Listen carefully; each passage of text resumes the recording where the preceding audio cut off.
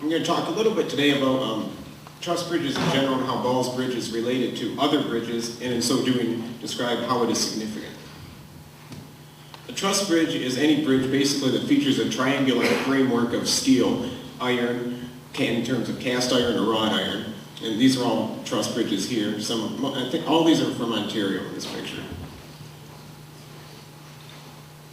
Here's a basic crash course in truss bridges. The things that we look at to describe a truss bridge include connections on the bridge, which is where these different pieces of a framework are held together. In terms of most historic bridges, we're looking at riveted connections or pinned connections. Ball's Bridge has pinned connections, and that represents the older generation of truss bridges. We look at the way that the diagonal portions of the bridge, the members that run at a diagonal angle, the way they're organized. And you can have, the most common ones that you usually find are the ones called Warren, which have a V shape in them, or the Pratt truss, which is what Ball's Bridge is, and in that case, the diagonals all point to the center bottom of the bridge. We also look at where the bracing is for the bridge, which runs between the two trusses on the side of the bridge. We can have a through truss, which is what Ball's Bridge is, where there's overhead bracing above the roadway. Creates kind of a tunnel-like effect when you drive across the bridge. If there is no bracing over the top, it is known as a pony truss. The real situation with metal truss bridges today is a complex and often tragic situation where they usually face demolition, as you can see with this bridge shown here, located in Sanilac County, Michigan. Most owners of bridges see an old metal truss bridge as simply a bridge that's worn out and needs to be replaced, and don't usually recognize its historic value.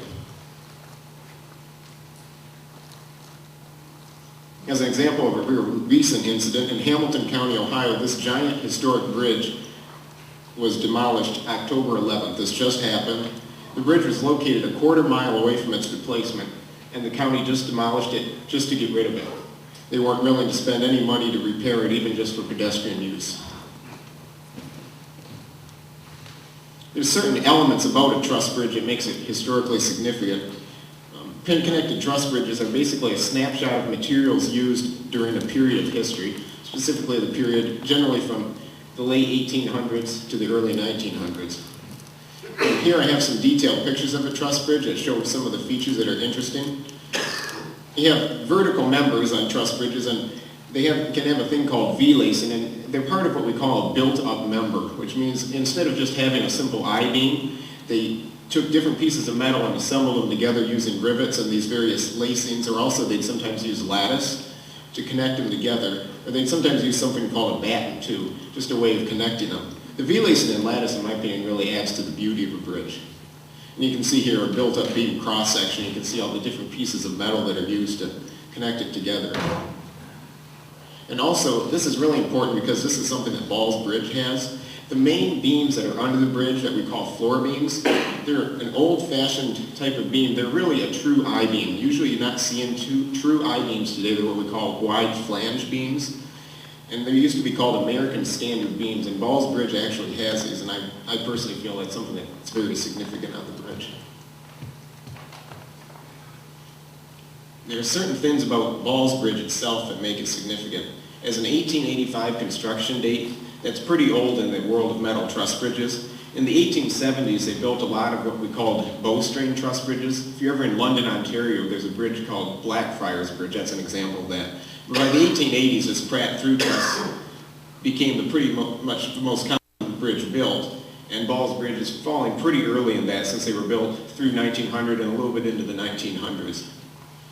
An excellent degree of historic integrity remains from what I could see when I visited the bridge. Very few modifications. Some bridges, they replace diagonals and other elements of the bridge that really affect how much original materials are in the bridge. In the case of Ball's Bridge, I saw a lot of historic integrity, and that makes it very significant. It's a two-span bridge, and multi-span bridges are pretty uncommon. Most of the time you'll find a single-span bridge, especially in this area of Ontario where the size of rivers usually isn't too terribly big. To find a multi-span is very significant. And they're more technologically significant because of their size. It has traditional period design, and it represents that period, including the American Standard beams, built-up beams, and pin connections. And it's quite simply a great example of an increasingly rare structure type. If an official review of the bridge would be made, sometimes we'll do what they call a historic bridge inventory and look at bridges. just based on what I've read for other bridges, this is what I think it would read. Ball's Bridge is a traditionally composed two-span pin-connected truss bridge constructed in 1885. Among southwestern Ontario's remaining metal truss bridges, Ball's Bridge stands out as a complete, early, and long multi-span example of an increasingly rare structure type. It is historically and technologically significant. In Ontario, when they do a bridge study, as I understand, one of the elements that they look at is the aesthetic value of the bridge, and that's really important to look at because these bridges aren't just historic, they're really beautiful. And this bridge located in Michigan, I think, really highlights what makes truss bridges special.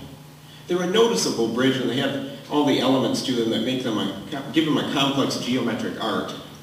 And it's very noticeable as you approach a bridge, as you can see in the left picture. But yet another really neat thing about truss bridges is they blend into the surrounding environment. You can be on the bridge and enjoy the scenery of a river without the bridge blocking your view. Or similarly, you can be on the river and the bridge, you can see it, but yet it really blends in with the trees.